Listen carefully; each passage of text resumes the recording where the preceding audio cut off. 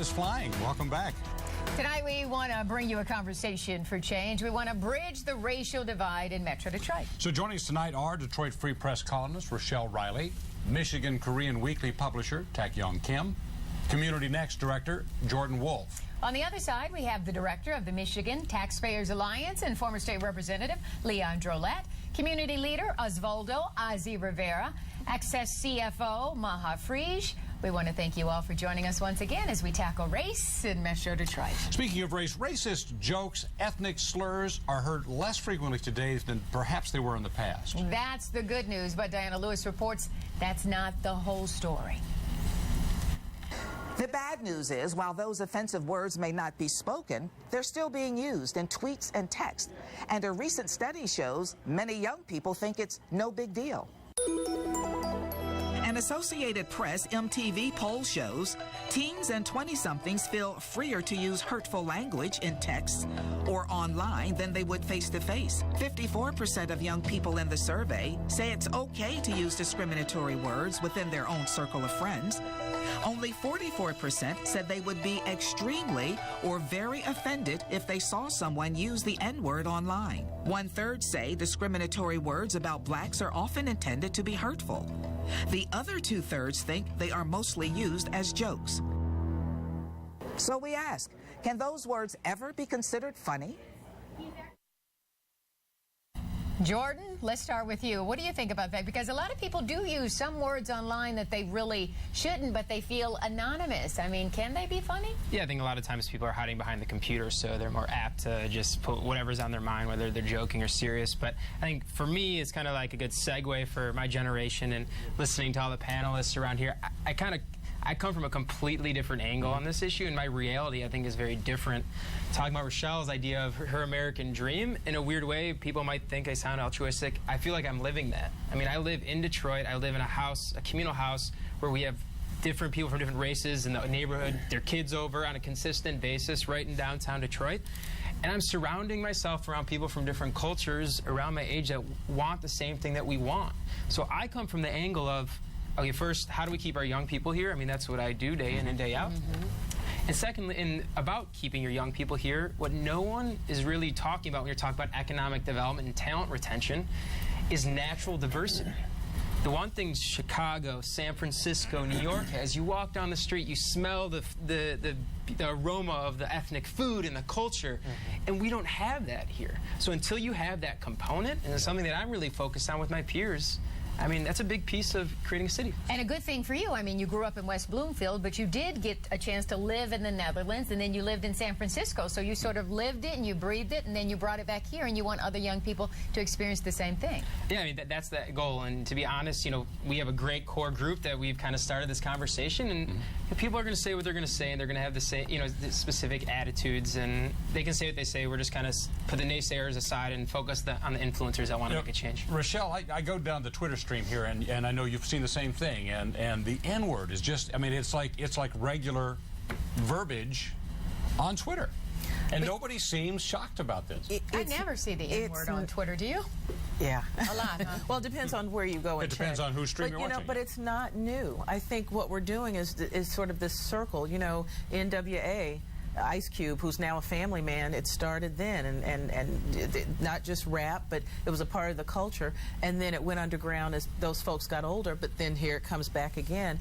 And there's still this group of people who say if you use it as a term of endearment, or if it's not serious, and it's not, and that's not true. They're deluding themselves. Well, they're the young people that we've been talking about here. I mean, do they see it differently? Yeah, I mean, it's so hard to say, right? Because it goes back to, I can't answer that question, because the first thing when we sat down, we said this is an individual thing. This is an individual basis. Until you generalize, and we're not going to get anywhere. And you can't generalize with the N-word either, because some people will always say they believe it's fine, and some people will always say it should never be used, and it's very, very offensive. I mean, just two polar opposites. But if the one black American use the word to you, you still get offended by that? Absolutely. Okay, so I don't think anybody should use it to anybody, but again, I'm getting to a generation where I'm not Jordan's generation, and they have other stuff that they say, sometimes that's worse, but it's okay for them as long as it's not treated as a defining thing for your whole race. All right, we're going to go up to Joanne in the control room right now, and we'll be right back with our panel. Joanne? All right. Yeah, you know, we've got 700 people on Detroit2020.com right now having a great conversation, and the comments are just flying by. But people weighing in on what the panelists are saying and really having a conversation with each other, which is neat to see. Someone will post something and the next person will respond and whatnot. So we invite you, as you're listening to our panelists tonight, again, to head to Detroit2020.com and get involved with this. And while there, you can answer our poll questions that we've been posing throughout the night. A little bit earlier, we asked, which group do you think experiences the most racism? And we have the results so far from people voting. As you can see at the bottom of your screen there, we have Asian received 2% of the vote there, Black 55%, 21% said that white people experienced the most racism, 19% weigh in for Arabs, and 3% for Hispanics. So clearly, according to those poll numbers, don't know exactly how many people have taken part in the poll, but again, we've got 700 people at least at this point involved in the conversation. 55% are saying that blacks experience the most racism. We want to pose another question to you tonight to take part in, just trying to get a feel of how you're all feeling out there. And the question we want to know this time is, do you socialize outside of work with people of other races? Again, do you socialize outside of work with people of other races? Really, I think getting to the point of, you know, we talk about diversity and respecting each other's differences, but and how our culture in this area is like a melting pot. But do we all kind of come together, and do we do things together? So head to the website, weigh in on that, and we'll bring you those results in just a little. All right, Joanne, thank you much. We'll get back to that subject and also talk to our panelists about that. First of all, though, we want to bring this up. Morgan Freeman brought this up the other night. He says racism has gotten worse since President Obama took office. Let's listen in.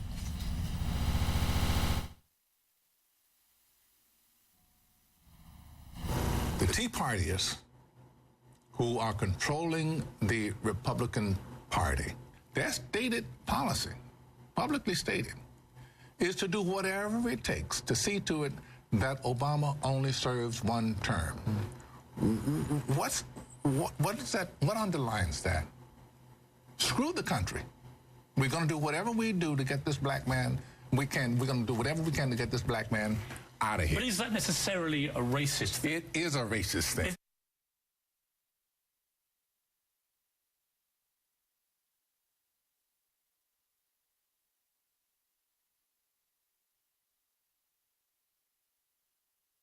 Is in office. I'm going to start to Leon because you come from a political background here. Is it politics or is it race we're talking Well, look, every political party has a stated goal of driving the incumbent of the other party out of the presidency.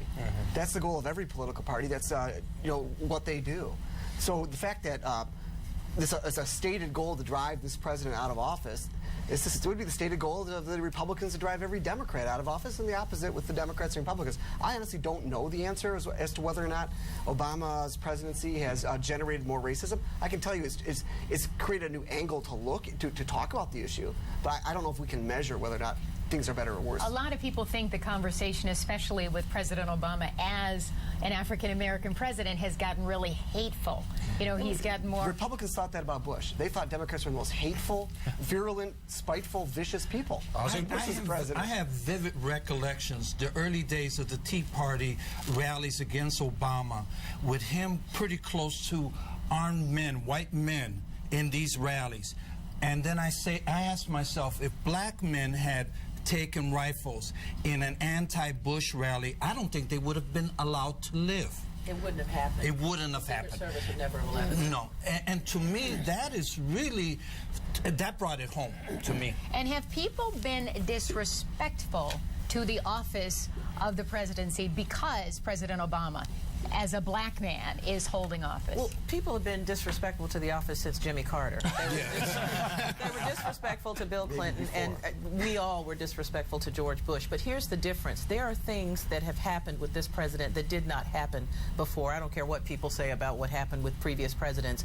You don't have a national magazine editor, a formerly respected magazine editor, call the president a penis. That's never happened to any other president. You don't have a member of Congress stand and call somebody a liar in session, you know, out on the street, someplace else on TV. But those types of things raise the level of disrespect, which makes it easier to talk about Obama. Now, Jordan, could this just be just it's just a new era of disrespect, I think, across the board? Is this a racial issue, or is it just society getting disrespectful?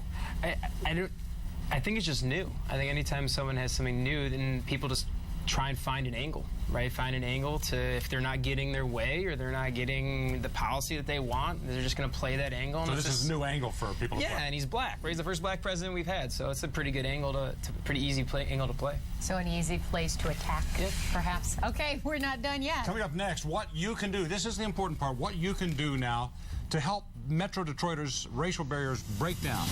You can do the same in your own community.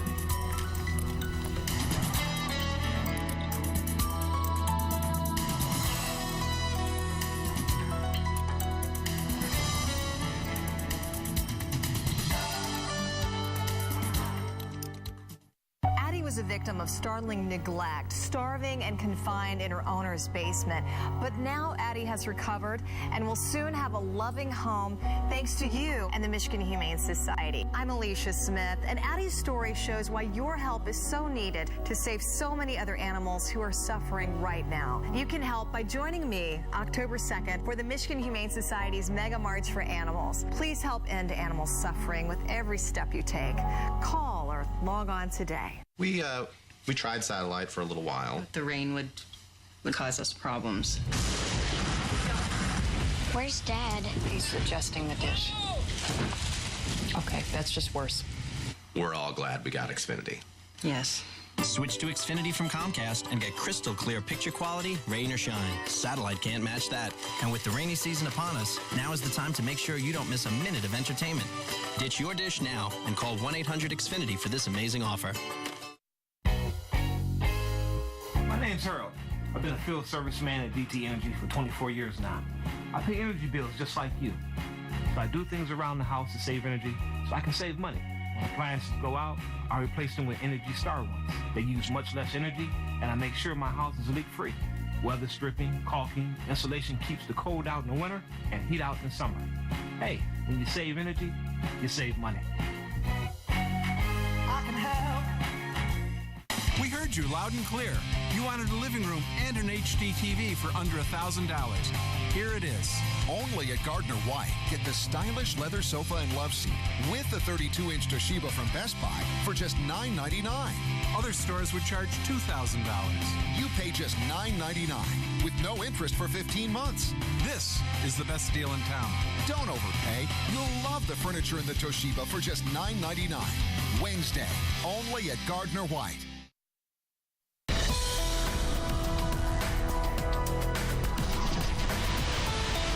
So what's disrespectful to your culture, in your eyes, that people should know about? Maybe by sharing, people will stop. Okay, so we're going to ask you guys. I mean, you tackle that. Being treated as a member of a group instead of as an individual. I think that's disrespectful. When people think that you attribute to you characteristics that they generalize about a particular group instead of treating you as an individual human being, that's what's disrespectful. So looking at you, saying you're a white guy, so obviously you believe this. Right. Or looking at anybody that way. Maha? I think that the issue of women, the way this whole subject is looked at, is very disrespectful to my culture. Whether when you look at somebody who's covered, you think that she's oppressed, or, you know, the story we hear right now in the news about Saudi Arabian women who are learning how to drive or want to drive, and I don't want to take away from the importance of their right in Saudi Arabia, these women to get their driver's license and all of that, but you cannot generalize how women are treated in the Arab culture based on just looking at this particular struggle that Saudi women are dealing with. First of all, the Arab world is much bigger than Saudi Arabia. Second of all, when it comes to gender equality, I want anybody to be able to claim that there is gender equality even in this country. I mean, there is no gender equality everywhere in the world. You know. Let me just say, yeah. What's disrespectful to America is how we spend so much time comparing our victimhood and who's worse and who got treated worse, right, when we all have just hurt each other so much. This is the thing that bothers me. When you ask a question, for instance, the poll question, you know, who was most discriminated against? The American Indian. So, okay, the people online, Think black folks. Good for them, because yes, you cannot just pretend that 300 years of slavery didn't happen and say get over it. But what I'd like for us to do is be able to talk about those things, because that's what bothers somebody, without comparing or without dismissing it. Our problem is that we dismiss pain. It's like, okay, we don't want to deal with that anymore. Don't tell me you don't want to deal with what breaks my heart. That means you don't care about me. Tech Young, real quickly, what's disrespectful in your community? Because I know we were talking earlier and you were saying that in the Korean community, you smile to say sorry, but business owners in the city of Detroit sometimes smile at Detroiters to say sorry, and they feel disrespected. Well, I don't know if that's happening to the adults as well as it happened to the young kids, because smiling means to us, I mean, saying sorry. I mean, when you're condemned or being criticized, sometimes we smile to say to express our feeling, to say sorry. But that is not acceptable in American culture. It is like denying what the criticism was about. So, but it was the new learning process for every Korean little kids. When I was working as a ESL tutor in our public schools, they didn't know how to act, because it was not acceptable in America. Ozzy, what's disrespectful do you think, Kian, and again, we're speaking of a generalization in a Hispanic community? I kind of alluded to it earlier, the fact that people don't think we're American, yet we've been around. Our history and our culture has been around for almost 500 years. What's the impediment that leads people to believe that? Part of this belief that we are the other. You know, it's a softer version of the demonization, you know, so that you're always having to explain yourself. Doesn't mean that immigrants are not a relatively big group of this Latino population, but I know people that are 5th, 6th, even 10th generation Latino. When I lived in LA, I worked with gang members, and almost all of them had lived there, or their family were there in Los Angeles when it was part of Mexico, and that was really an educational piece for me. I just want to add something, and we've been talking about the problems associated with racism and not accepting each other, but I want to go back to what Jordan was talking about. We need to talk about multiculturalism. We need to talk about being world citizens. So the conversation we had is important, but that's the foundation from which we do talk about multiculturalism. So for bridging the gap, and Jordan, you are the young one at the table here, 29-year-old. You're in the Jewish community, so are you discriminated against, or what stereotype don't you like, or what's disrespectful in your community? As I think I alluded to it before regarding attaching Jews to financial resources, but also, too, more specifically, we're just focused on taking care of our own. A lot of people feel the Jewish community is insular, and that was a big piece with the Jewish Federation starting Community Next. And our tagline is all together now, because we as a community look at this as a regional problem. And out of that, we spun out an initiative called Detroit Harmony, which is actually tackling this issue, where we have board members from a variety of cultures focus on how do we create this natural type of diversity. We're going to look for the future here in just a moment. That's because that's where we want to lead this, is the suggestions that people can help out. Right now, we want to go to Joanne in the control room. All right. Thanks, guys. More than 1,100 people now joining our conversation on Detroit2020.com, weighing in a spirit of conversation, and also weighing in on poll questions we've been asking. And when I was last with you, I asked you the question, do you socialize outside of work with people of different races? And when you take a look at the results so far that we're seeing on our webpage, 79% of people have weighed in and said, yes, they do socialize outside of work with people of other races. 21% have said they do not. We've also been monitoring people's comments, as we've told you all night long. And a comment came in from Emma tonight that you see on your screen there, too. She says, I feel race is less of an issue than is social status as far as stereotyping is concerned.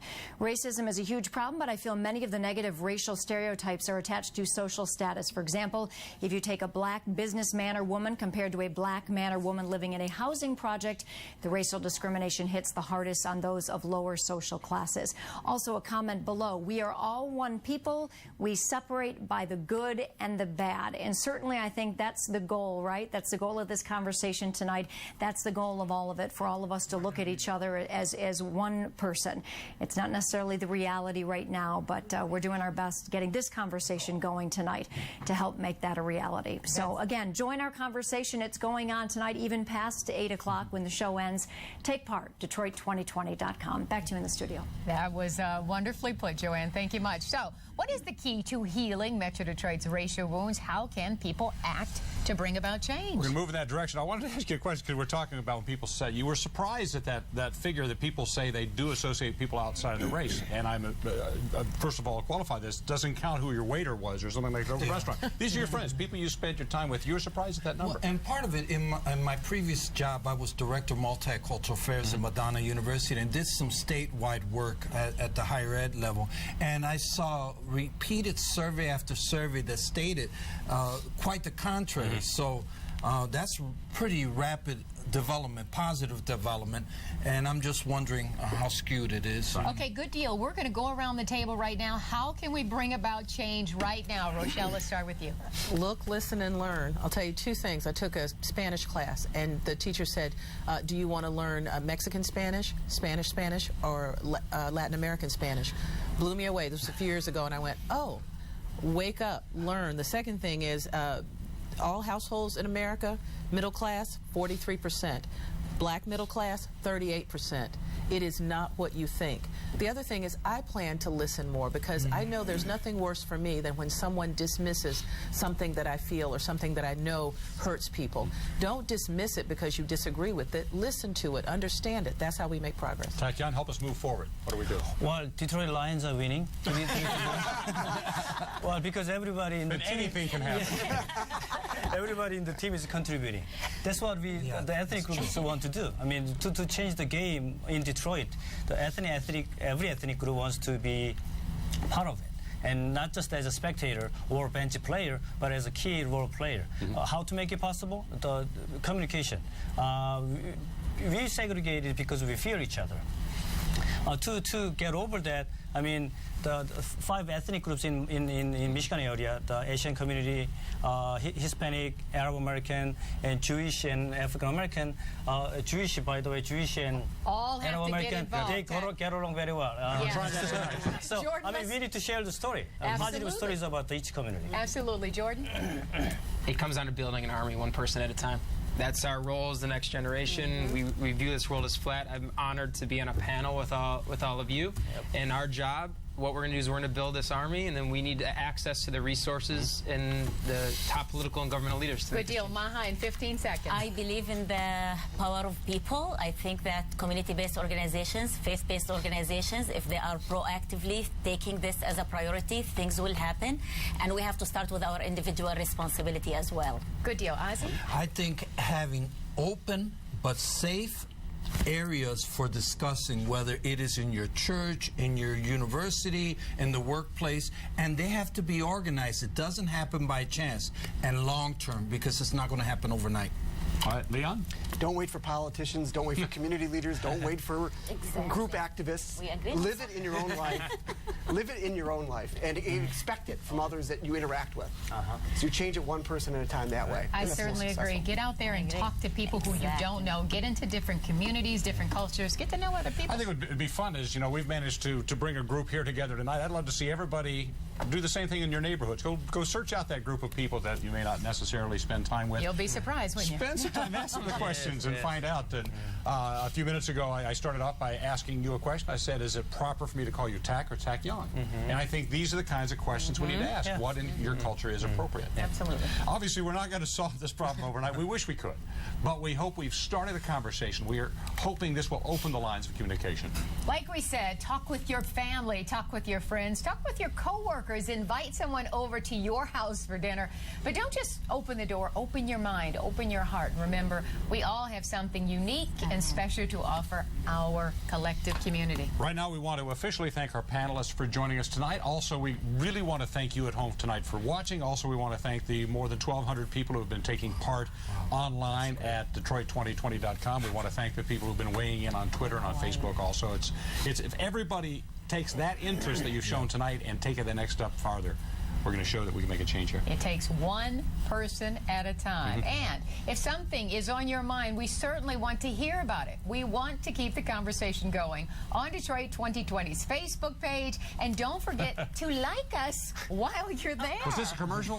No. We also have a list of places you can go created by each of our guests on Detroit2020.com. So check them out. Try something different. Thanks for joining us. Have a great night and come on back and see us later on tonight for Action News at 11.